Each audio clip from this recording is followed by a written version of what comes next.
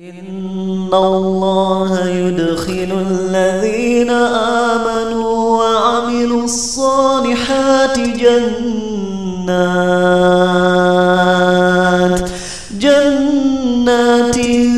tajri min tahtihal anharu yuhallawna fiha min asawira min dhahabin wa lu'lu'a wa libasuhum fiha harir wa hudu ila at-tayyib min al-qawl wa hudu ila siratil hamid.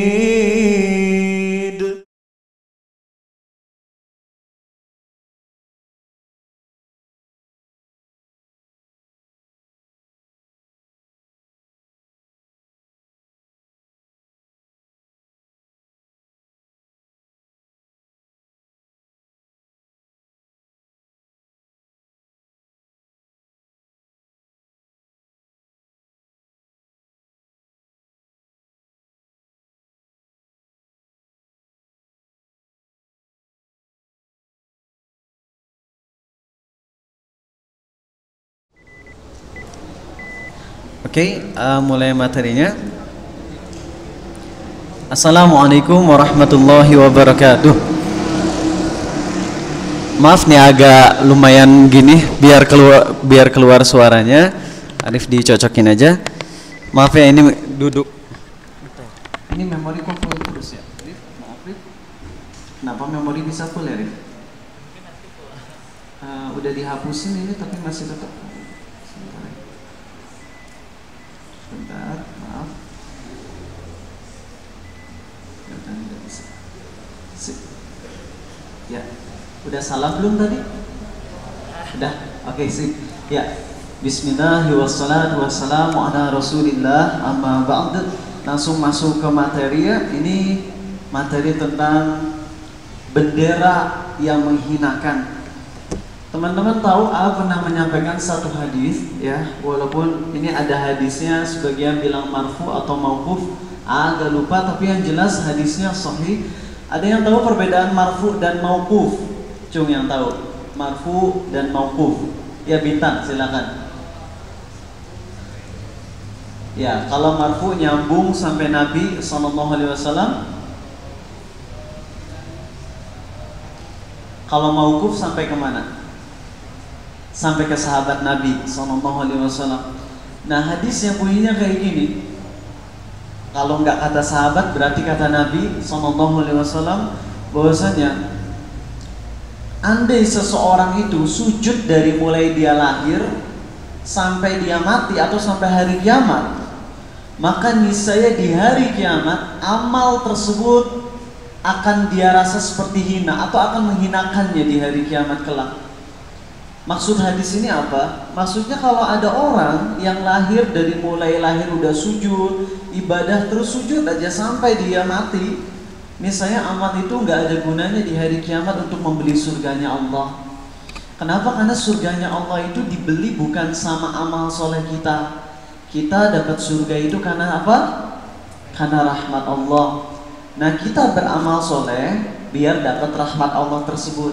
Ya, jadi sekali lagi, amal soleh kita nggak akan bisa ngebeli surga, ini mustahil. Karena surga terlalu mahal kalau dibandingin dengan amal soleh kita, nggak ada apa-apanya. Tapi amal soleh kita ini kita lakukan biar Allah senang.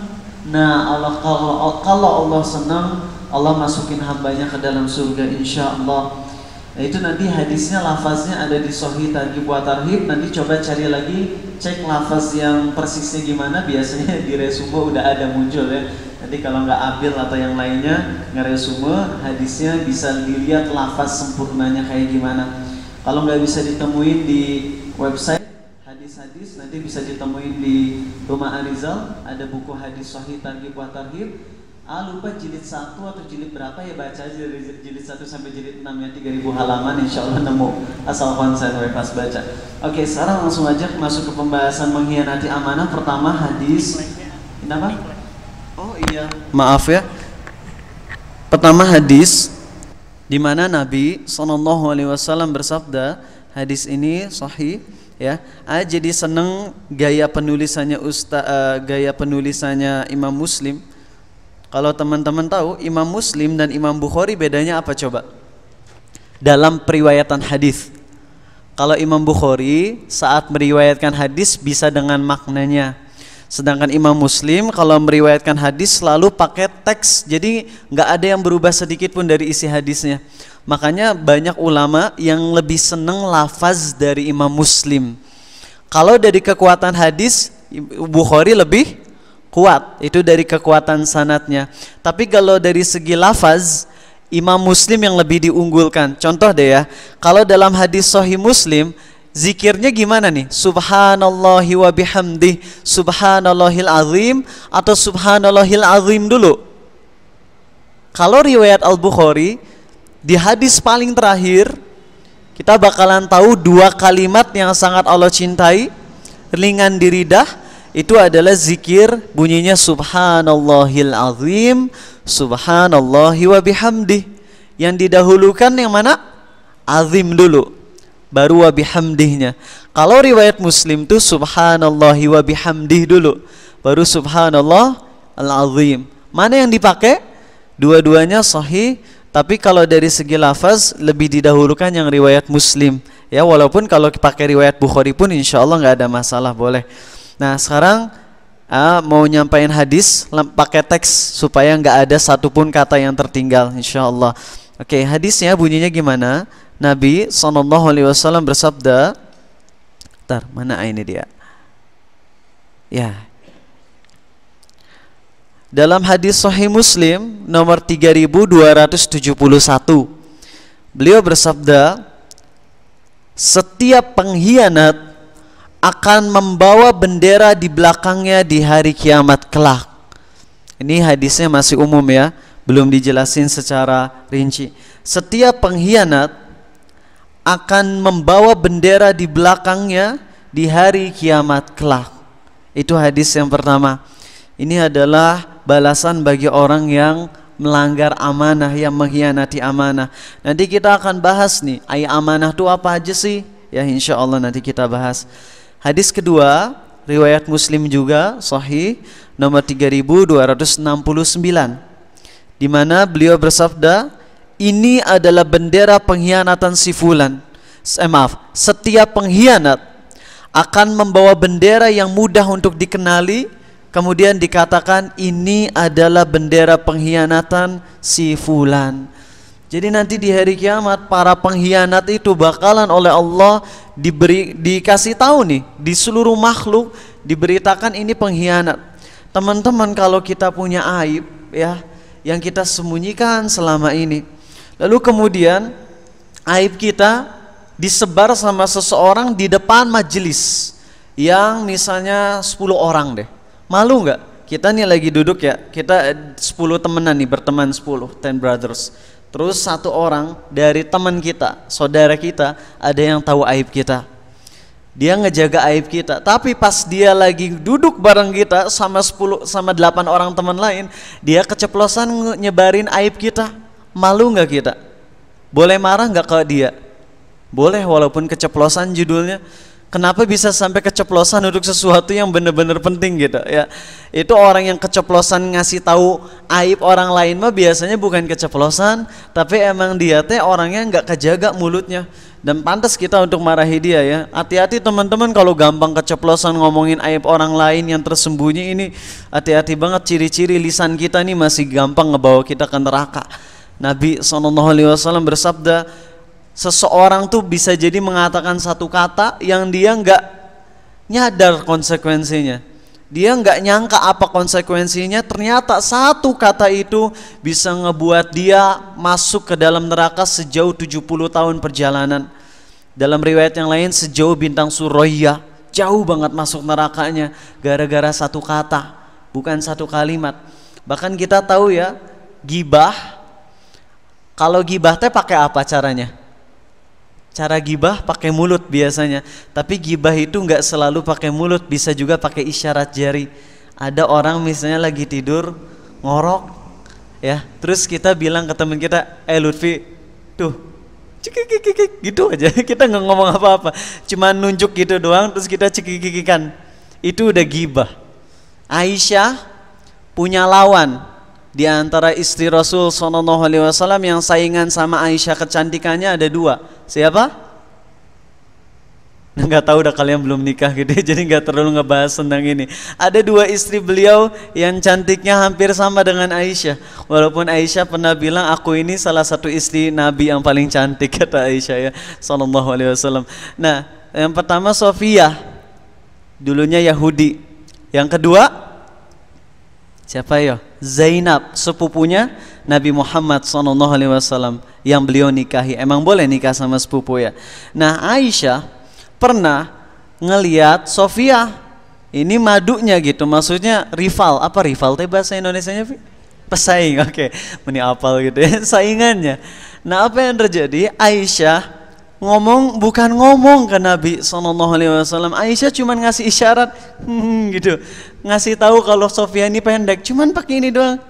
Mungkin kalau bahasa kita ya, bukan bahasa Aisyah. Kalau bahasa kita mah gitu, pendek maksudnya. Aisyah cuma ngasih isyarat gitu doang. Kata Nabi SAW dalam hadis sahih riwayat Abu Daud, sesungguhnya engkau telah mengatakan satu kata yang kalau dicampur sama air lautan, niscaya air lautan akan terkontaminasi. Masya Allah. Cuman gini doang, pakai isyarat, nggak pakai ucapan sama sekali. Masya Allah. Nah, jadi hati-hati. Kita akan ngebahas tentang masalah amanah. Dan pengkhianat amanah ini dosanya besar. Jadi ingat, pembahasan terakhir kali di sini materinya apa yo? Hipokrit ya, munafik. Salah satu sifat munafik adalah mengkhianati amanah. Sekarang kita lebih rinci lagi ngebahas tentang amanah ya. Nah, itu hadisnya dua ya udah ya. Dan ini yang terakhir, dengar baik-baik, ini yang paling serem beneran. Kata Abdullah bin Mas'ud, Atsar ini ada di Ibnu Katsir. Gak dijelasin derajatnya sahih atau enggak, tapi di Sahih Targhib wa Tarhib dijelasin Atsar ini sahih, yaitu dari Abdullah bin Mas'ud ya. Apa kata Abdullah bin Mas'ud? Al-qatlu fi sabilillah yukaffiru dzunuba jami'a illal amanah.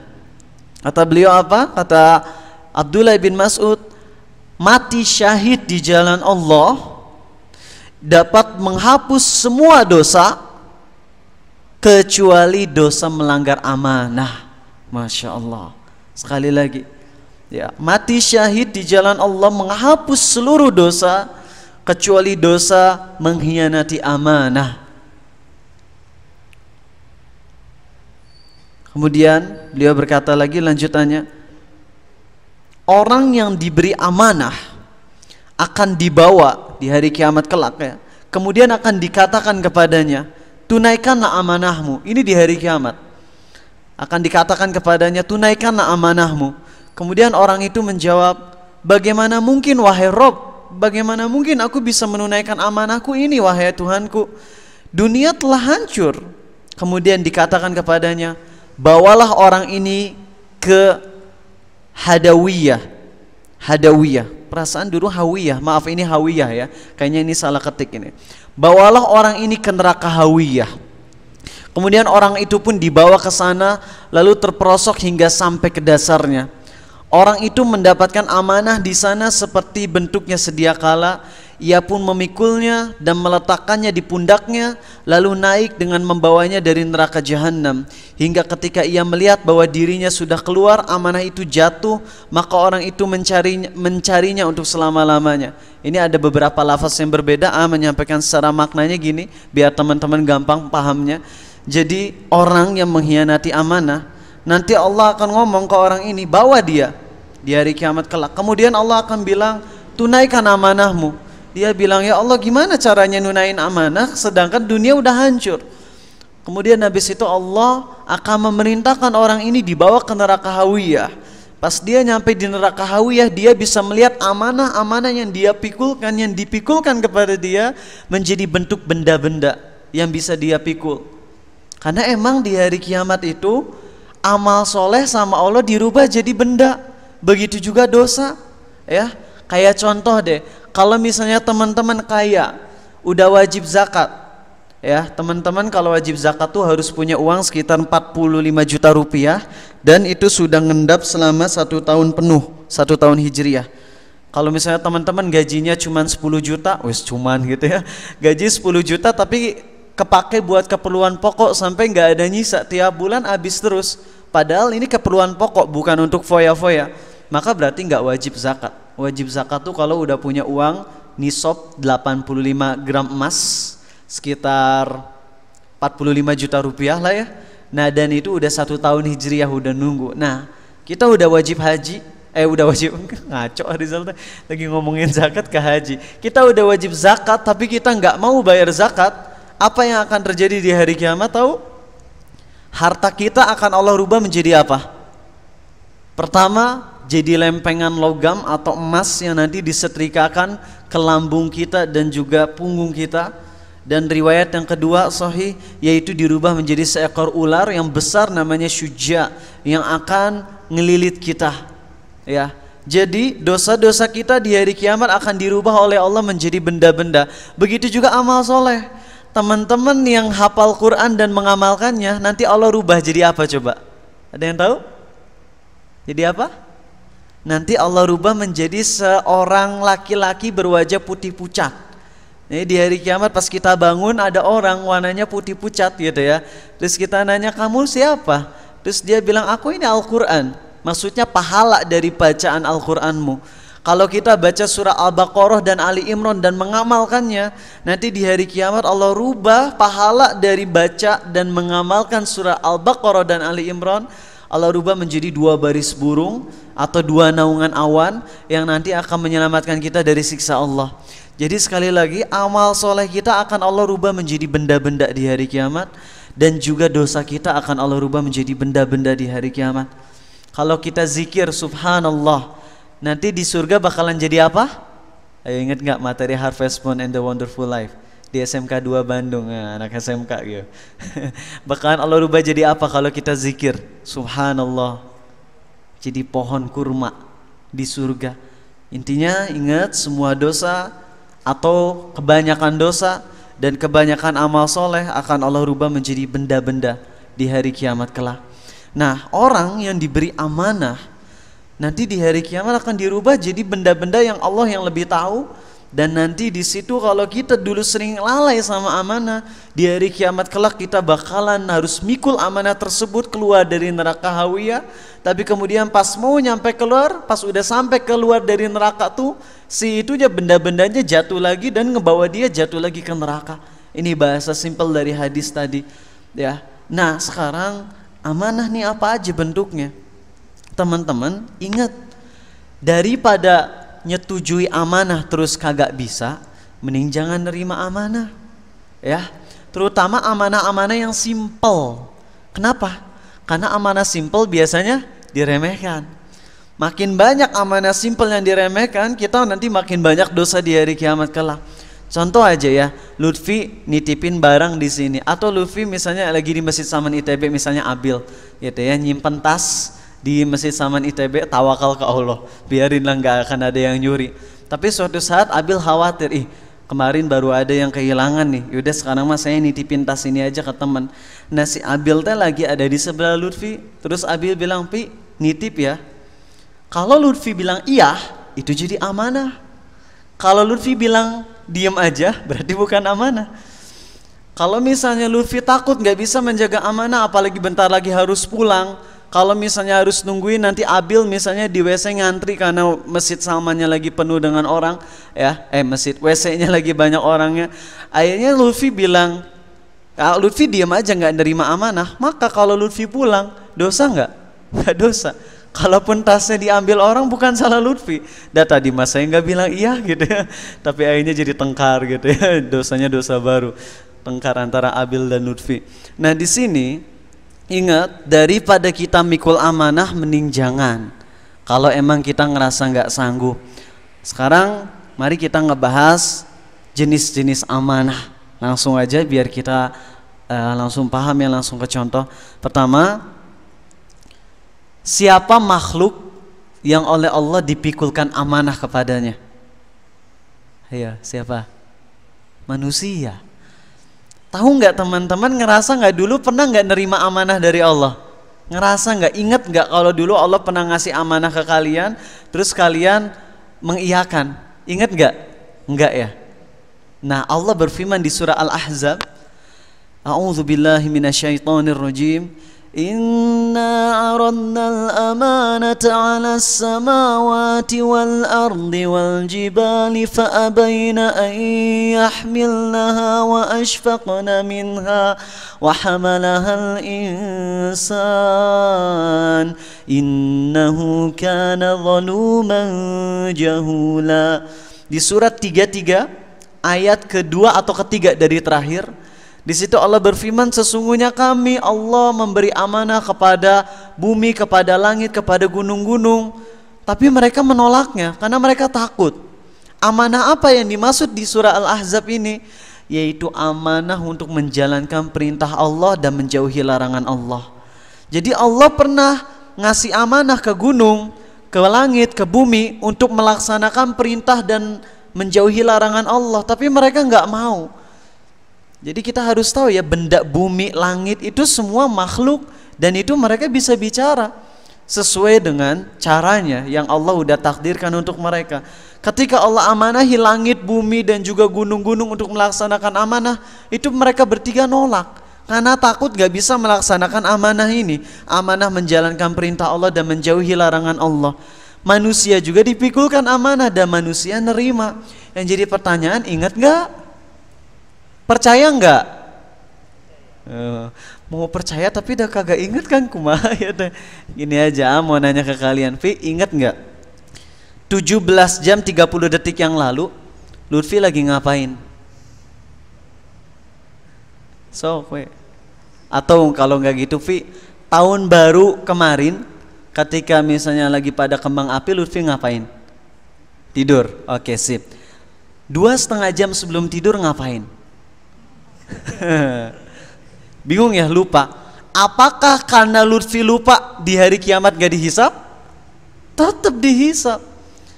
Lupanya kita terhadap perbuatan kita di masa lalu tidak membuat kita jadi gak dihisap. Ngerti gak nih? Minus sama minus jadi plus gitu ya. Tadi apa kalimatnya jadi lupa gini ya. Ketidakingatan kita terhadap sesuatu yang kita lakukan di masa lalu itu tidak membuat kita jadi tidak dihisap. Bingung pisan. Ya tahu ya pokoknya Mbak ya. Semua perbuatan kita bakalan dihisap walaupun kita lupa. Nah itu dia. Ya, walaupun kita lupa. Kecuali kalau pas lagi ngerjain melakukan perbuatannya kita nggak nyadar, ya itu nggak dihisap. Tapi ketika kita ngelakuin dosa atau melakukan amal soleh, kita nyadar pas lagi ngelakuin dosa. Lalu pas udah 5 jam kemudian kita lupa tadi kita ngapain, dosa apa yang kulakukan 5 jam yang lalu. Kelupaan kita itu, lupanya kita tidak menjadi alasan di hari kiamat untuk gak dihisap. Dihisap. Dan kita dulu pernah diberi amanah dan kita nerima. Tapi udah nggak nyadar, ya iya nggak nyadar. Tapi Allah udah ngasih tahu, maka udah kita beriman. Kalau udah beriman, kita amalkan konsekuensinya, yaitu jangan sampai kita melanggar amanah-amanah agama ini, yaitu menjalankan perintah Allah dan menjauhi larangannya. Tadi dalam hadis yang tadi disampaikan sama Abdullah bin Mas'ud merinci loh, ya. Kata beliau apa? Sholat adalah amanah, wudu adalah amanah, amal soleh secara umum adalah amanah, barang titipan adalah amanah. Artinya maksud Abdullah bin Mas'ud adalah semua perintah Allah itu adalah amanah dan semua larangan Allah itu juga amanah. Kalau kita mengkhianati amanah tersebut, kita bisa nggak masuk surga, ya. Cuman nanti ada rinciannya. Kalau amanahnya hanya yang berkaitan dengan hak Allah dengan kita, maka Allah dengan kasih sayangnya sering memaafkan hambanya. Walaupun sang hamba banyak melakukan kelalaian dalam kewajibannya, Allah bakalan maafin nih hamba ini. Tapi kalau amanah itu berkaitan dengan orang lain, maka kemungkinan dimaafkannya sangat dikit. Makanya kita tahu Nabi SAW bersabda, mati syahid itu diampuni seluruh dosanya kecuali hutang. Kenapa utang nggak diampuni? Karena utang adalah amanah. Paham nggak nih? Ya mudah-mudahan teman-teman paham ya. Kalau misalnya Arizal sholat, wudunya nggak bener, lalai, ya malas belajar Islam, akhirnya wudunya lalai, tapi sholat, tetap melaksanakan sholat. Di hari kiamat masih ada kemungkinan dia ampuni Allah nggak? Masih. Karena itu haknya antara Arizal dengan Allah. Itu hanya hubungan antara A dengan Allah aja. Tapi kalau misalnya hubungannya udah antara manusia dengan manusia lain, sedikit kemungkinannya diampuni oleh Allah. Oke? Oh iya, maghrib 3 menit lagi, belum ngasih tahu jenis-jenisnya ya. Jenis-jenis amanah apa aja, insya Allah nanti kita akan lanjut lagi. Tadi katanya agak dipindah tempatnya, mungkin nanti ini agak kesinian. Teman-teman ingat ya, sekarang pada wudhu dan lain-lain dulu. Sama Pak DKM, alhamdulillah udah diizinkan. Nanti ba'da maghrib kita ngajinya di sini. Jadi akhwat mungkin agak dijepit ke sebelah sana gitu. Maksudnya agak mengkerucut ke sebelah sana, jadi lebih pojok. Yang ikhwannya pun nanti lebih mungkin nggak ke samping ya, tapi ke belakang supaya kalau ada yang sholat nggak terganggu, insya Allah. Oke, itu aja teman-teman, maafin ya sekali lagi telat. Insya Allah mulai pekan depan kita lanjut hari Jumat terus ya, kajiannya kembali ke hari Jumat. Nih kalian luar biasa, hujan deras gini lebat masih pada datang di hari Kamis lagi ya. Ini semua karunia Allah. Insya Allah pekan depan kita lanjut Jumat di Unisba lagi, dan terus hari Jumat terus. Nanti Ramadan juga Jumat terus, insya Allah diusahain. Oke, subhanakallahumma wa bihamdik asyhadu an la ilaha illa anta astaghfiruka wa atubu ilaik. Sesi tanya jawab dan pembahasan lanjutan ba'da maghrib insyaallah paling cuma 15 menitan ya ba'da maghrib. Jadi teman-teman yang misalnya nggak bisa sampai selesai pun habis maghrib 15 menit, habis itu silakan pulang kalau misalnya nggak bisa sampai isya. Oke, assalamualaikum warahmatullahi wabarakatuh.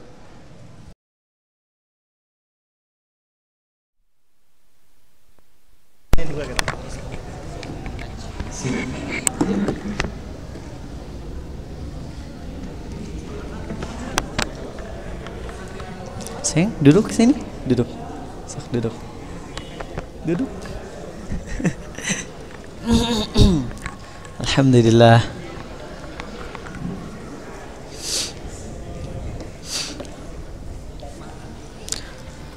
Ya mungkin ada ya teman-teman yang mau nanya pertanyaan dulu, boleh sebelum kita mulai materi lanjut. Ada yang mau nanya langsung? Silakan Bayu. Oh, lucu sama ini ya? Oh ini GR aku. Silakan Fatul. Lah, sekarang bilang Fatul baru Bayu ngacung. Sok Fatul dulu. Apa? Al-Quran itu firman Allah ya. Iya.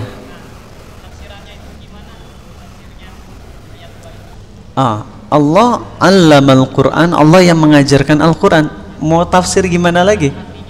Artinya, ya Al-Quran ini adalah firman Allah dan ilmu Allah kan ya. Yang mana ilmu dan firman Allah ini berarti bagian dari Allah, bukan ini maksudnya ini bukan makhluk gitu, tapi itu adalah zat Allah, sifatnya. Nah, makanya Allah nggak berfirman khalaqal Quran tapi 'allamal Quran. Oh ini kayaknya rada susah ya pembahasannya, rada pelik. Tapi ini yang dipakai oleh Imam Ahmad ketika ngedebat kaum Mu'tazilah gitu. Beliau berkata itu ya. Oke, silakan Bayu mau nanya apa? Apa? Hah?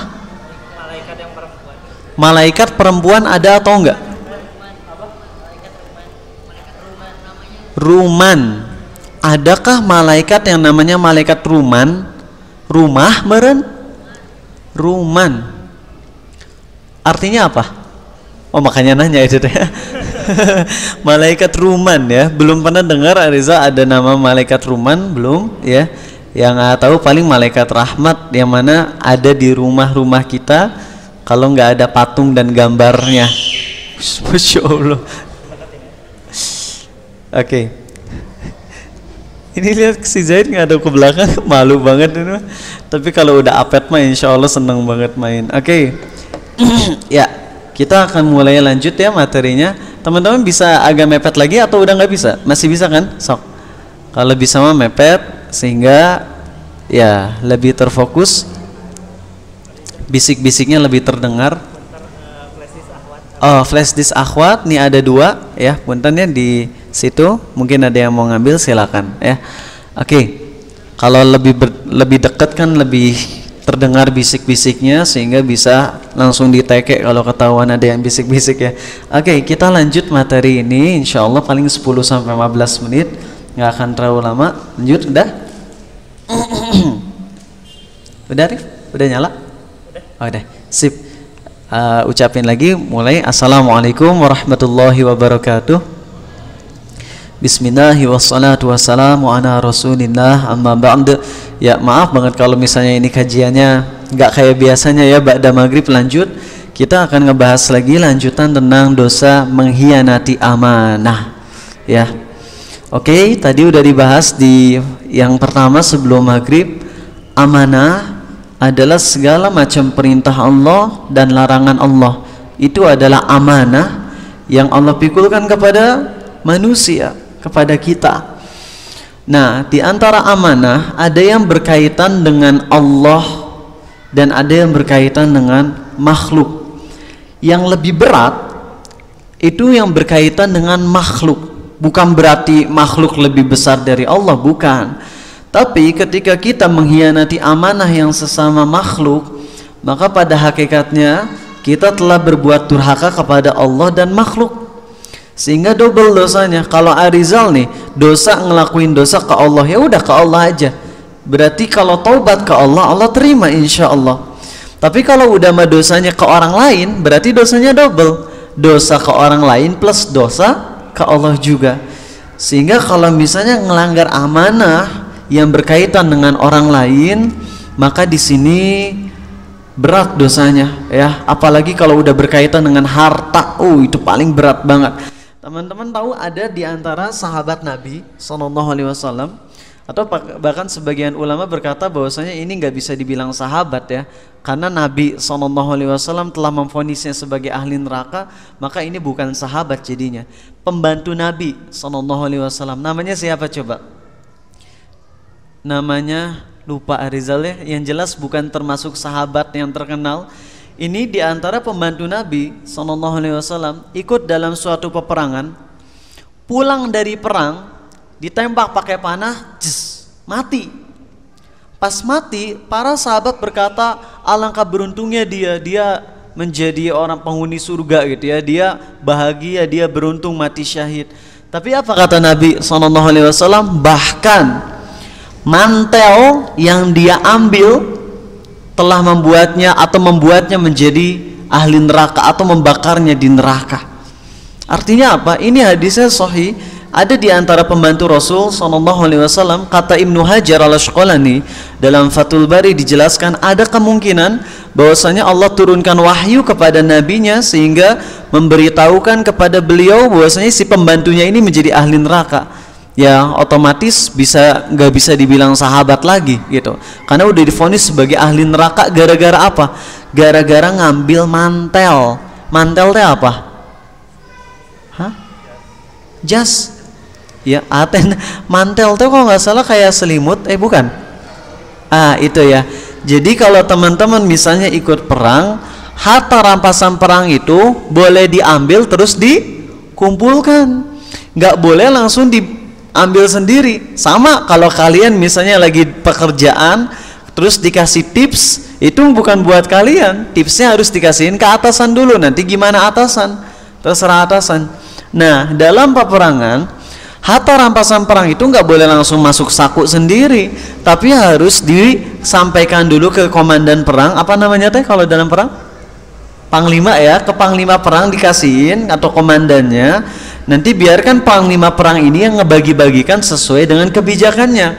Nah, ini si pembantu ini cuman gara-gara ngambil, padahal bayangin ini perang di jalan Allah. Kalau ada orang yang pulang dari jalan Allah itu masih tetap syahid. Misalnya Arizal ikut pengajian di jalan Allah kan, sekarang pulang. Pas pulang kan udah nggak mau ke pengajian, mau ke rumah, mungkin di rumah mau istirahat. Tapi dalam hadis-hadis yang sahih banyak diterangkan bahwasanya orang yang pulang dari orang yang pulang dari jalan Allah juga di jalan Allah. Artinya kalau kita ikut pengajian, mati pas pengajian, syahid enggak? insya Allah syahid. Kalau matinya pas pulang, insya Allah syahid, asal jangan mampir dulu ke bioskop gitu ya, nonton Spider-Man Homecoming gitu ya. Belum muncul ya, nanti dari sini pengajian terus langsung ke bioskop, pas di bioskop mati ya itu wallahu a'lam masuknya kemana. Tapi yang jelas kalau kita pulang dari jalan Allah, itu pun kita masih di jalan Allah, mati insya Allah kebaikan. Nah itu sahabat itu ternyata mati, atau orang ini yang nggak bisa dibilang sahabat, mati gara-gara ngambil mantel tuh jadi penghuni neraka. Kenapa? Karena amanah yang dia hianati itu amanah ke siapa? Allah dan tentara perang. Karena itu haknya para tentara perang yang nanti akan dibagikan. Dia ambil buat diri sendiri, mati itu ya. Ini menunjukkan masya Allah kalau ada orang yang korupsi itu nggak mikir apa ya. Dia korupsi bermiliar-miliar, orang-orang jadi miskin gara-gara dia. Taunya dia beberapa hari setelah korupsi mati, nggak ada yang dibawa. Ini kan bener-bener konyol banget gitu. Nah kita akan bahas sekarang tentang amanah nih ya. Di sini bukan akan ngebahas dengan rangka, bukan.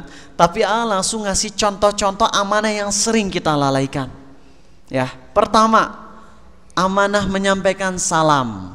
Nah ini dia yang sering kita lalaikan banget. Tolong ya kasih salam, lupa. Kenapa? Karena lalai lupanya. Kalau lupanya bener-bener karena kita lupa, nggak disengaja, dimaafkan. Tapi kita biasanya emang sengaja ditunda, akhirnya lalai. Ya.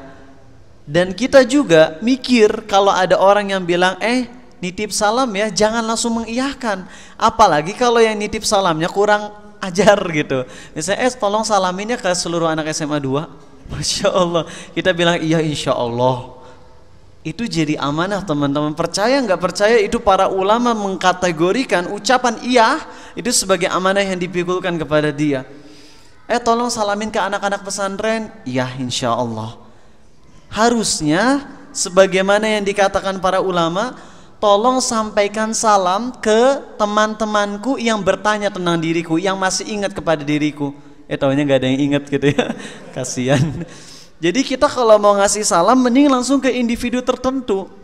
Jibril ngasih salam ke siapa? Aisyah. Ya. Allah ngasih salam ke siapa? Khadijah. Ya. Jibril tuh ngasih salam langsung ke Aisyah. Ya, luar biasa. Sedangkan Khadijah langsung Allah sendiri yang ngasih salam. Masya Allah. Indah banget ketika ada seorang hamba dikasih salam langsung dari Robnya. Ya. Kita mungkin, teman-teman ngomong-ngomong ini sedikit pending, bukan pendingnya, agak menyimpang dikit dulu. Salah satu sebab Nabi Adam setelah ngelakuin dosa sama Allah dikasih hidayah enggak? Dikasih hidayah ya. Bisa jadi salah satu sebabnya. Tentunya semuanya adalah karena karunia Allah dan rahmatnya. Tapi salah satu sebabnya adalah, ingat enggak? Yang paling pertama ngucapin yarhamukallah itu siapa? Yang paling pertama bersin di muka di alam semesta ini siapa? Yang paling pertama bersin? Nabi Adam lah, kan manusia pertama yang paling pertama bersin Nabi Adam. Dan yang paling pertama ngucapin yarhamukallah itu siapa? Allah. Allah lah yang langsung ngucapin ke Nabi Adam yarhamukallah. Semoga Allah merahmatimu, dan itu Allah yang ngomong. Ya, itu hadisnya sahih, dan bisa jadi karena Allah sendiri yang ngomong yarhamukallah, semoga Allah merahmatimu, semoga aku merahmatimu gitu ya. Itu yang menjadi sebab Nabi Adam walaupun berbuat dosa besar, ya melanggar perintah Allah, ternyata Allah langsung kasih hidayah. Fatalaqa Adamu min rabbih kalimatin fataba alaihi innahu huwat tawwabur rahim. Subhanallah. Nah mari kita ngebahas itu. Pertama, salam. Yang sering kita lalaikan adalah melanggar amanah, nitip salam. Kita kalau misalnya dititipin salam, kalau Arizal biasanya gitu aja ya. Kalau ada orang yang nitip ke Arizal salam, salam buat keluarga, Arizal bilang gak bilang iya. Cuman tetap Arizal sampaikan salam kalau inget. Kalau nggak inget dosa nggak? Nggak dosa. Ada tadi Arizal nggak bilang iya. Paham? Itu pertama tentang salam. Jadi nggak ngasih rangka ya, tapi ngasihnya langsung ke contoh-contoh amanah yang sering kita lalaikan. Kedua, amanah yang berkaitan dengan hak Allah, yaitu puasa Ramadan bagi orang yang haid. Perempuan banyak yang nanya, gimana saya pengen kodok tapi lupa hari. Kenapa bisa lupa hari? Kenapa seseorang bisa lupa? Ada dua sebabnya. Emang benar-benar lupa. Kedua, lalai. Gak terlalu fokus, gak terlalu menganggap itu besar, akhirnya lupa. Kalau lupa jenis pertama, dimaafkan. Rizal misalnya biasa sholat di masjid, tiba-tiba habis duhur, ini ada adik mentor Rizal, salah satu yang terdekat gitu ya, karena dia baru pulang sekitar jam 12, mungkin istirahat dulu, karena kalau langsung sholat nggak enak gitu ya, nanti nggak khusyuk, istirahat bentar, beres istirahat apa yang terjadi, datang makanan makan gitu ya, habis makan tiduran gitu, akhirnya baru pergi ke pengajian 2:30, astagfirullah belum sholat duhur gitu, masya Allah. Ada yang kayak gini, orang kayak gitu nggak dosa. Kenapa? Dia lupanya benar-benar nggak sengaja. Adapun orang yang lalai ya, menyengaja, ya ini mah nggak terlalu besar, akhirnya lupa sholatnya, maka di situ, atau lupa jumlah hari puasanya, maka itu dia udah mengkhianati amanah, walaupun amanahnya ke Allah ya. Tapi tetap jangan anggap remeh. Ketiga, utang termasuk amanah yang harus dikembalikan.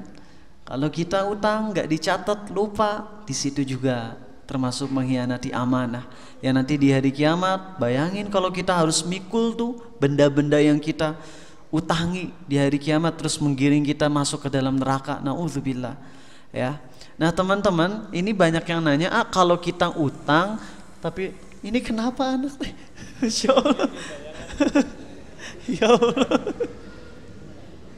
Anak Ariza bukan autis ya. Ini bukan. Ini takeru, ini orangnya kalau baru kenal orang ya, kalau baru ngeliat orang atau di jemaah di kalian malu orangnya. Tapi giliran udah di rumah bakalan lihat aslinya kumaha gitu ya. Ya Allah, naik ke atas ember. Ayah, takut jatuh jana ya. Ya Allah. Sayang, hey, Zaid. Babes, kayak bintang film gitu ya. Ke belakang. Sini sayang, sini. Nangis. Masya Allah. Kalian sih ketawain. Oke, poin keempat ya. Amanah. Tadi keberapa? Ketiga ya. Utang ya. Nah di sini gimana nih caranya tentang masalah utang kalau kita lupa jumlah yang kita utang? Arizal ngutang uang ke Hafiz 100.000. Terus kita sama-sama lupa. Kalau seandainya Arizal bilang ya udah deh kalau gitu mah bayarnya ya 300.000 aja. Khawatir itu bisa jadi riba. Karena bolehnya membayar lebih dari yang dihutangkan tuh kalau kita nggak ngomong di awal. Sekali lagi ya, ini emang Ariza nggak terstruktur, tapi mudah-mudahan teman-teman bisa paham ya dalam kondisi keterbatasan Arizal. Ya sekali lagi, bolehnya membayar lebih dari hutang itu syaratnya adalah tidak dijanjikan dari awal, tidak juga dijanjikan pas pertengahan, tapi langsung ngasih aja. Kalau dijanjikan dulu maka itu jadinya riba. Contoh, Ariza minjem ke Hafiz 100.000. Pas Ariza mau ngelunasin hutang, langsung ngasih ke Hafiz 200.000. Boleh nggak? Boleh. Langsung. Tapi kalau misalnya ngutang ke Hafiz 100.000, terus Ariza bilang, Hafiz besok nanti ngasih 200.000 nggantiin. Boleh nggak? Nggak boleh, itu riba. Nah dalam kondisi ketika kita punya utang, lalu kita lupa. Kalau misalnya kita nanti janjian ya, teman A minjem ke Hafiz 100.000, terus Arizal bilang, udah Hafiz, kembalinya 200.000 aja. Khawatir itu bisa riba. Mendingan gimana? Mendingan bilang, Hafiz, udah aja ikhlasin ya. Oke Nah setelah diikhlasin baru ngasih 200.000. Paham? Ngerti? Kenapa? Ketika udah diikhlasin berarti udah acara utang piutang udah nggak ada. Maka kita mau ngasih uang sebanyak apapun nggak ada masalah. Yang kurang ajar gimana? Fis udah utangnya lunasin ya? Ya udah dadah gitu. Nggak dikasih apa-apa, itu jangan. Itu amannya ya, Rizal nyari aman, walaupun mungkin nanti kalau teman-teman nanya ke fatwa ke Ustaz Erwandi Tarmizi mungkin diperbolehkan, wallahu alam, boleh enggak kita kalau lupa utang kita berapa, akhirnya kita ambil nominal yang kita yakini. Yang khawatir kalau ambil nominalnya lebih sedikit sih aman. Utang 100.000 terus karena lupa, ya udah Fis, udah aja sepakat dia utangnya 70.000. itu nggak apa-apa, ya. Tapi kalau misalnya pas disepakati jadi malah 110.000, itu 10.000-nya takutnya riba, ya. Oke. Sip. Poin nomor berapa sekarang? Poin nomor 4. Nanti yang udah punya orang tua, yang jadi orang tua, maka amanah yang besar banget tuh anak dan istri, ya. Itu nggak dibimbing untuk dekat sama agama, itu udah lalai sama amanah dan itu besar banget dosanya, ya. Gimana kalau misalnya saya dekat sama agama tapi orang tua saya yang justru jauh? Apakah jadi amanah bagi saya untuk menasehati kedua orang tua saya? Iya, amanah juga. Cuman bedanya kalau orang tua ke anak punya kemampuan untuk memaksa, ya. Ada anak yang kemarin baru ngisi di Cimahi tablik akbar, itu ada salah satu guru di sekolah di Cimahi itu anaknya kecanduan main Dota 2, ya, pakai 2 segala gitu ya. Soalnya Dota udah jarang main, jadi Dota 2 itu sampai pada kondisi dimana dia bener-bener lalai sholat. Orang tuanya nggak ngasih uang tapi tetap bisa main. Ditanya sama orang tuanya, kamu bisa main gimana? Ngejual item apa, orang tuanya nggak ngerti, ya. Mungkin kalian pemain Dota ngerti, kalau main Dota bisa ngejual item di gamenya gitu. Iya. Oh iya deh, kalian yang ngangguk kayak rajin main Dota deh, ya. Kak Ciri itu dia jadi ngejual barang yang di Dotanya sehingga dia tetap bisa main walaupun orang tua nggak ngasih uang, dia masih punya item yang bisa dia jual tuh di Dotanya. Akhirnya apa yang terjadi? Orang tua ngurung dia di kamar, lewat jendela kabur, gak sholat. Masya Allah, ini udah malah ditop-topin. Jangan-jangan kalau orang tua kalian ngekang kalian di kamar itu jadi senjata gitu, ya, bisa kabur lewat jendela. Hati-hati nih, orang tua punya kemampuan ngekang. Anaknya rewel, dinasehatin gak mau, orang tua bisa maksa, simpan di kamar, ya. Kalau perlu dibuat teralis tuh jendelanya, kunci pintunya, kasih WC di kamar, kemudian kasih dia makan, minum, suruh dia sholat dan gak boleh keluar sama sekali. Boleh orang tua kayak gitu. Kalau enggak makin parah. Ini si anak sampai terakhir ngapain? Ngejual tab ayahnya. Dicuri tab ayahnya kemudian dijual. Ini kalau orang tua punya ketegasan, bisa maksa, ya. Ada misalnya anak laki-lakinya kayak gitu, dipaksa disimpan di kamar, dia gak boleh keluar kemana-mana, makan, minum, kencing di WC kamar dan juga sholat di kamar aja sini. Gak boleh keluar dari sini, soalnya mudarat nih. Kalaupun dia dibolehin keluar ke masjid, percuma, nanti ke masjid dia kabur, akhirnya dia dipenjara di dalam kamar tersebut. Tapi kalau kita anak, bisa nggak ngelakuin itu ke orang tua kita? Bu, nggak mau pakai kerudung, di kamar kunci loh, ada serep, ibunya punya kunci serep. Insya Allah nggak bisa. Maka anak mah tugasnya nasehatin. Amanah tetap ada, tapi nasehatin. Kalau udah kelihatan ada rambu-rambu ditolak, ya udah, itu bukan kewajiban lagi, tapi doakan. Tapi kalau orang tua ke anak, iya punya. Itu tuh ada umi, itu tuh. Dah, sak ke sana, umi. Itu umi yang pakai cadar umi. Iya, sak umi, sak ke sana. Umi, dadah. Tuh umi tuh. Umi. Itu umi tuh. Nah, sini. Bertemu dengan ibu.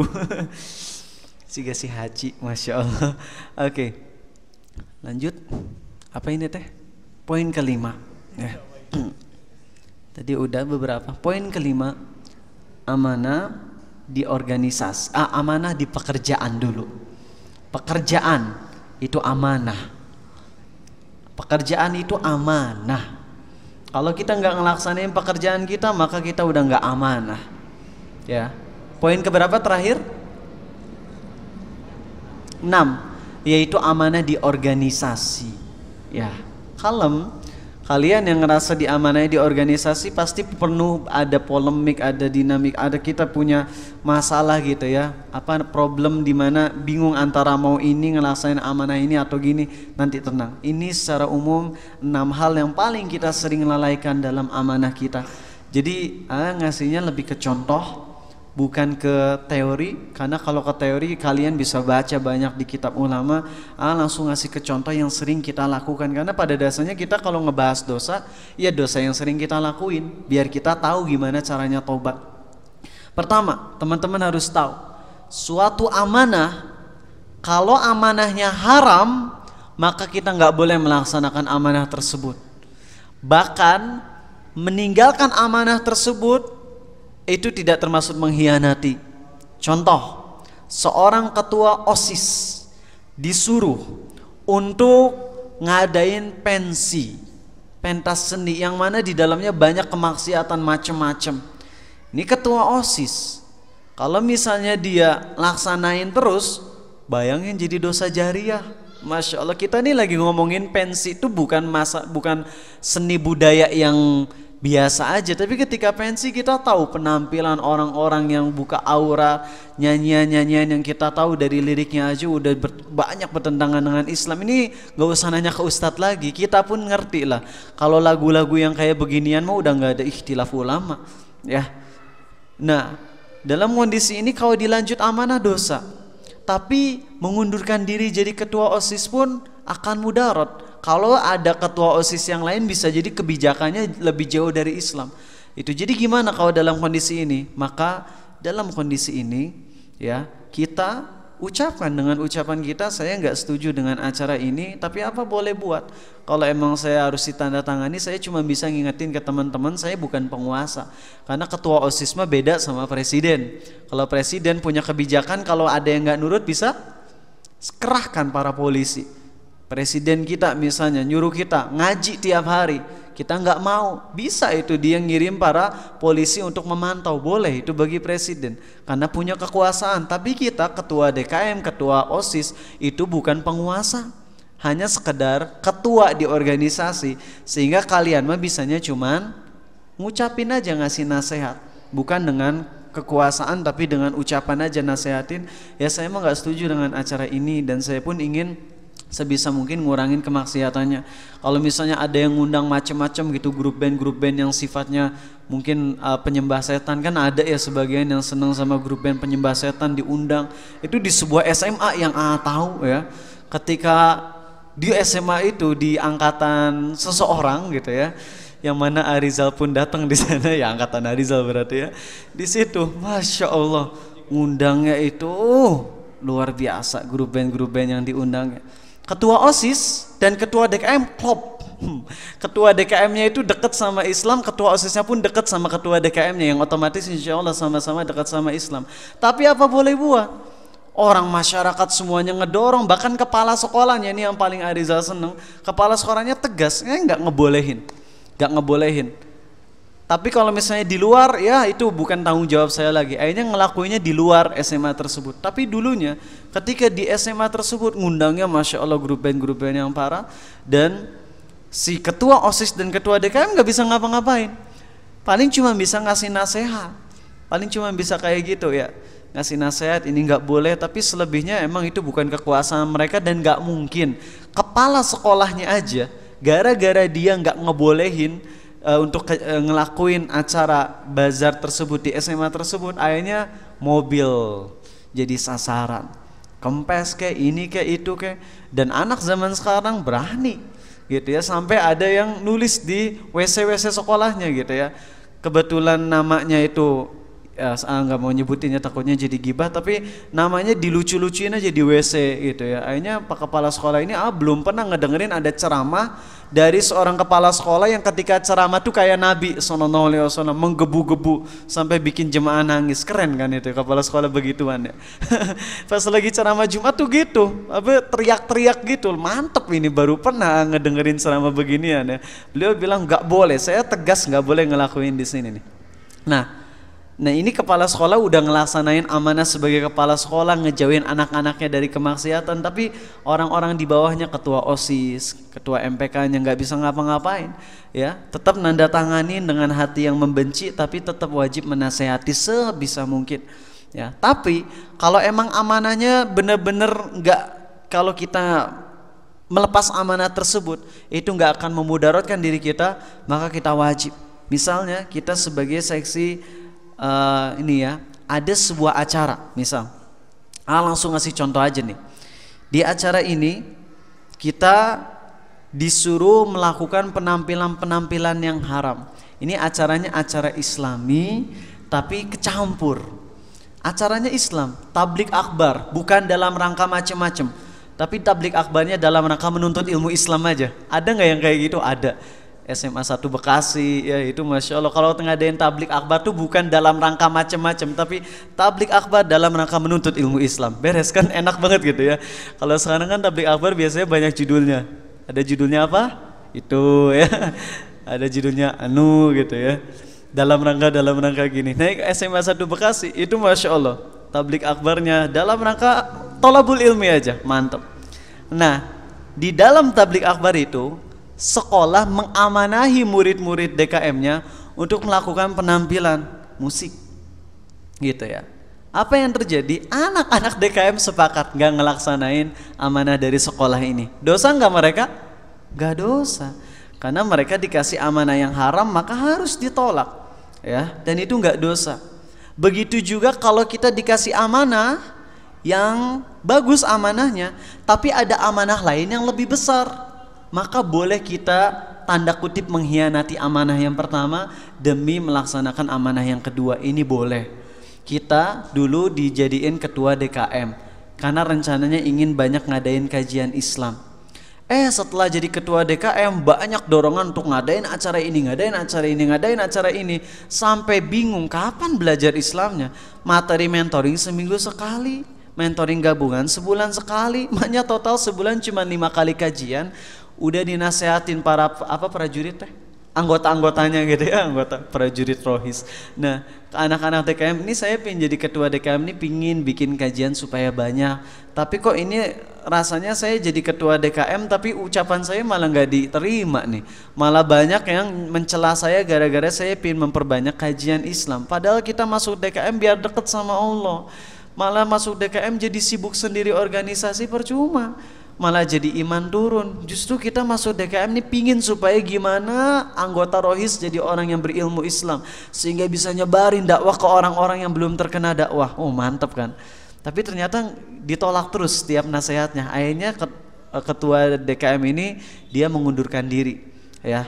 Kenapa? Ya udah, kalau emang saya nggak diterima jadi ketua DKM di sini, ya udah saya ngundurin diri, dan saya pengen ngajak-ngajak anak-anak yang memang sepemahaman dengan saya untuk rajin ikut kajian. Itu nggak dosa yang kayak gitu.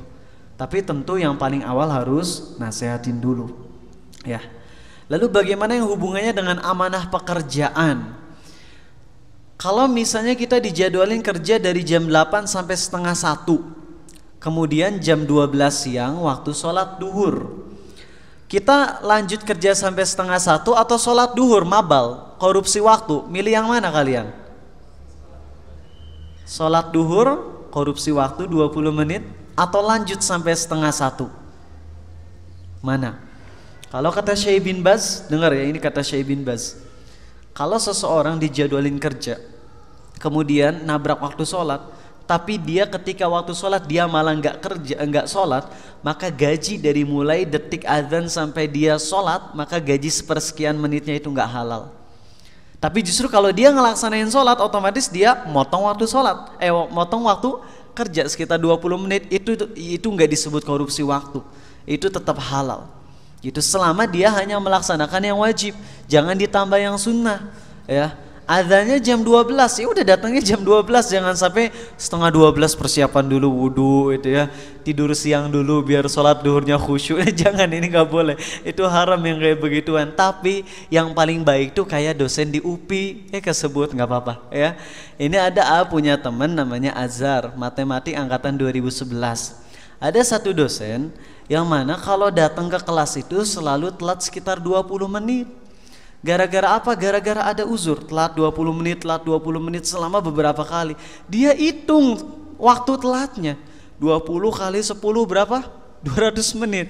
Setelah selesai mata kuliah semuanya, dia sampaikan ke murid-murid, Bapak nih tanda kutip korupsi 20 menit selama sekian pertemuan, ditotalin berarti sekian menit, maka Bapak pingin tanda kutip mengkodoknya gitu ya, ada kelas lagi. Para siswa sebagian ada yang kagum, sebagian ada yang tuh harus masuk lagi gitu ya. Nah kalau Arizal jadi dosen tersebut, Apin ngelakuin kayak gitu. Tapi bilang bagi yang nggak mau masuk kelas pun ya nggak akan dihitung bolos tapi ini kewajiban saya untuk membayar apa yang saya tanda kutip korupsi tadi. Nah jadi lebih baik kayak gitu teman-teman. Atau kalau bisa disosialisasikan, nih saya ngajar dari jam 9 sampai dari jam 10 sampai jam setengah 1, tarik deh ke setengah 10 aja yuk, biar tetap saya ngajarnya dari 2,5 jam tapi tanpa motong waktu sholat. Itu jauh lebih bagus kalau emang memungkinkan. Tapi kadang nggak bisa karena kelas terbatas, nggak bisa seenaknya pindah kelas, udah aja di luar, Masya Allah jadi taman bermain. Oke, jadi gitu ya teman-teman, paham untuk masalah sholat. Amanah harus ditunaikan, tapi ketika ada amanah yang lebih besar dan kita nggak bisa ngelaksanain kedua-duanya, maka laksanakan amanah yang lebih besar tersebut.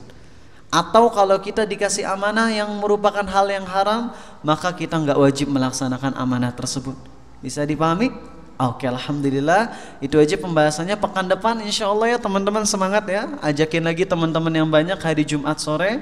Kita akan fokus nih.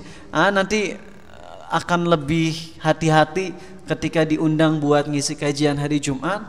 Bakalan lebih hati-hati lagi karena biasanya cuma nyimpan tanggal sekian. Menjelang kajian baru ini hari Jumat. Akhirnya jadi kajian yang di Bandungnya yang mana ini kajian spesial. Karena Arizal lebih seneng ngisi kajian di depan kalian dan yang di UPI daripada Arizal diundang keluar kota. Karena ngelihat kalian nih semangatnya udah luar biasa. Cuman ini kelalaian Arizal. Para panitia teh ngundang Arizal teh dari 2 bulan sebelumnya. Jadi udah lama Arizal ACCW udah baru tanggal doang. Pas menjelang itu baru ngelihat Jumat, Jumat. Makanya bulan April lalu ya kita hampir nggak pernah hari Jumat. Tapi insya Allah mulai Mei kita akan mulai kajian rutinnya yang sore, hari Jumat sore lagi. Sekedar ngasih tahu ya, nanti kalau ada broadcast Jumat depan Abu Takeru ngisi di SMA 5 Karawang, Sabtu depan Abu Takeru ngisi di SMA 1 Bekasi. Kalian gak usah khawatir karena dari Karawang Ariza pulang dulu ke Bandung, dari Bandung langsung ke Bekasi lagi. Karena Arizal pingin banget kalian nih yang pengorbanannya luar biasa. Arizal mah nggak ngorbanin apa-apa, cuman duduk di travel, pulang naik kereta, dibekelin macem-macem oleh-oleh sama panitia. Nggak ada perjuangan. Kalian yang perjuangan coba datang ya sore hari. Ya walaupun UN tapi tetap ngorbanin, datang hujan-hujanan naik motor. Kalian lebih besar perjuangannya. Nggak ingin menyia-nyiakan perjuangan teman-teman yang mau belajar Islam. Insya Allah pekan depan kita mulai Jumat lagi. Oke, yang mau nanya pertanyaan cukup yang di sini, dan akhwat kalau ada yang mau nanya nggak ada, ya udah kita cukupkan sampai sini aja. Nggak tahu nih kayaknya jam segini. Jam berapa ini teh? 7 menit lagi Isya. Ya Allah, asalnya mau pulang ya wis. Sekalian deh ya. Apakah dosa orang yang mengambil mantel dari rampasan perang tadi termasuk kekufuran sehingga ia divonis ahli neraka? Bagus pertanyaannya, bagus banget. Dan apakah bila kita melakukan hal yang sama bisa menyebabkan kekufuran? Jadi justru ketika Nabi SAW menyampaikan dia penghuni neraka, kata Ibnu Hajar al-Asqalani, ada kemungkinan bahwasanya Allah telah mewahyukan kepada nabinya bahwasanya si orang yang nyuri mantel ini menghalalkan dosa mencuri. Kalau kita ngelakuin dosa, kafir enggak? Enggak kafir. Tapi kalau menghalalkan dosa, kafir. Paham ya? Jadi si orang yang divonis oleh Nabi SAW sebagai ahli neraka, itu ada kemungkinannya, kata Ibnu Hajar dalam Fathul Bari, ini si orang ini meyakini halalnya perbuatan tersebut, makanya divonis ahli neraka, gitu. Bisa dipahami ya? Wallahu a'lam. Atau bisa juga maksudnya adalah orang itu masuk neraka tapi nggak selamanya, gitu. Cuman dia masuk surga harus lewat neraka dulu karena dosa besar yang dia lakukan. Maksudnya manusia itu zalim dan bodoh apa karena mau mengemban amanah? Bukan. Manusia zolim dan bodoh di ayat surat Al-Ahzab tadi itu bukan karena mereka mengemban amanah, tapi karena setelah mereka mengemban amanah mereka nggak mau mencari tahu, dan mereka pun kadang udah tahu tapi nggak mau mengamalkan. Orang yang nggak tahu disebut bodoh, orang yang tahu tapi nggak ngelaksanain disebut zolim. Seperti itu ya, mudah-mudahan teman-teman paham. Jadi manusia disebut oleh Allah bodoh dan jahil, jahil dan zolim bukan karena memegang amanahnya, namun karena mereka udah megang amanah tapi nggak mau melaksanakan amanah tersebut. Gimana kalau misalnya di kelas saya, teman-teman saya menyuruh saya menjadi KM, tapi saya sudah bilang nggak mau, tapi akhirnya saya sering disalahkan karena tidak menjalankan tugas sebagai KM, padahal saya tidak pernah mau. Ya itu salah teman-teman di kelas gitu ya. Kita nggak pernah ngaku jadi KM, merekanya sendiri yang nuduh kita, nuduh. Merekanya yang ngejadiin kita KM tiba-tiba, maka itu bukan salah kita. Ya. Tapi ya alangkah baiknya kita sebagai muslim punya akhlak yang baik, walaupun bukan KM, laksanakan tugas yang terbaik ya untuk ngebantu teman-teman. Saya pernah ngerusak spion motor orang lain. Terus saya kasih kontak saya, terus dia kontak saya. Saya udah mau ngeganti tapi kontak dianya hilang. Saya harus gimana? Bentar. Saya udah kasih kontak saya ya, terus dia udah kontak saya. Saya udah mau ngeganti tapi kontak dianya hilang. Tapi kan dia masih punya kontak kita ya. Harusnya dia kontak kita lagi. Saya harus gimana? Ya kalau emang udah usaha sebisa mungkin ya, maka di situ kalau udah nggak bisa nyari nggak mungkin. Tapi lain kali kalau ngerusak motor orang lain ya, lihat itunya apa, plat nomornya, jadi bisa kita search gitu ya, ini pemiliknya siapa, tanya ke polisi. Jujur aja ya, nanya ke polisi pasti polisi aneh, ini kok ada orang soleh banget gitu ya, ngerusak kendaraan orang lain sampai nanya plat pingin ngebenerin gitu. Tapi insya Allah ini sendiri bisa jadi dakwah teman-teman. Percaya deh ya, ngelaksanain perintah Allah itu gak ada yang sia-sia. Mungkin kita ngelihat kayak dipermainkan ya. Ada di antara anak mahasiswa Unpip ya, dia pernah nyuri bala-bala satu. Harga bala-bala berapa sekarang? Paling 2003 atau 500-an, masih ada yang 500. Nah dia ngerasa itu dosa, ini berarti dia udah ngelanggar dia udah nyuri nih. Pas dia kembalikan, dia ngomong, "Bu maaf banget, dulu saya pernah ngambil bala-bala satu." Itu si ibunya, "Aduh ini mah tuh simple, kenapa sih harus minta maaf segala?" Mungkin si ibu itu nganggep perbuatan kita remeh. Dia pun memaafkan walaupun kita nggak minta maaf. Tapi perbuatan kita pingin menjauhi dosa itu jadi hikmah tersendiri teman-teman. Dan ini kita bakalan banyak kisahnya. Dulu mungkin teman-teman pernah ngedengar ada orang yang lagi naik bis, kemudian si supir bisnya ngembaliin uangnya lebih berapa sen, 10 sen kalau nggak salah. Di Australia 10 sen tuh nggak bisa dibeliin permen teman-teman. Ya, dikasih kembaliannya kelebihan 10 sen, kemudian si orang muslim ini ngembaliin 10 sen tersebut. Dan si supirnya bilang apa? "Sesungguhnya saya ngembaliin uangnya lebih 10 sen itu sengaja ingin ngecek bagaimana akhlak seorang muslim. Aku tahu kamu ini seorang muslim, aku bukan muslim, tapi ketika aku ngelihat engkau mengembalikan kembalian yang 10 sen tersebut, aku kagum terhadap dirimu." Langsung dia masuk Islam tuh si supirnya. Ya. Kadang-kadang Allah mentakdirkan kejadian itu, jadi jangan sia-siakan ya. Kalau kita ada kesempatan buat memperbaiki diri sebisanya, walaupun itu dianggap aneh, remeh, tetap laksanakan. Ya, bentar lagi. Oke, 2 menit lagi. Bismillah. Bagaimana hukumnya meminta kertas untuk tanya jawab kayak yang kertas yang aku pakai ini? Masya Allah. Boleh insya Allah, itu termasuk meminta yang nantinya jadi pahala sehingga nggak apa-apa. Bagaimana amanah menjadi seorang ketua? Ya tergantung ketua apa dulu ya.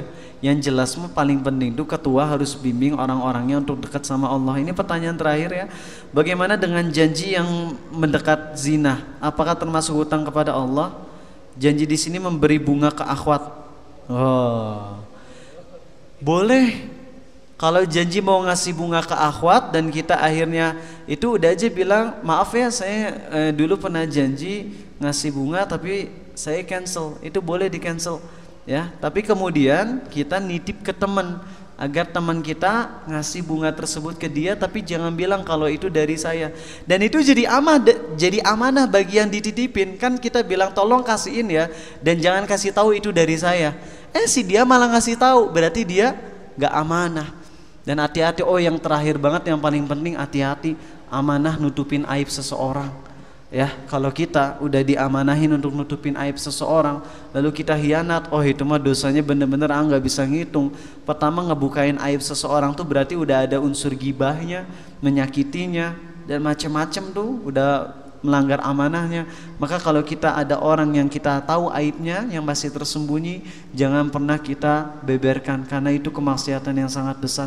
Oke, itu pembahasan amanah. Maaf kalau misalnya kurang memuaskan karena kondisinya emang Masya Allah ini benar-benar mendadak ya, nggak disangka-sangka perjalanan 2 jam yang harusnya cuma setengah jam.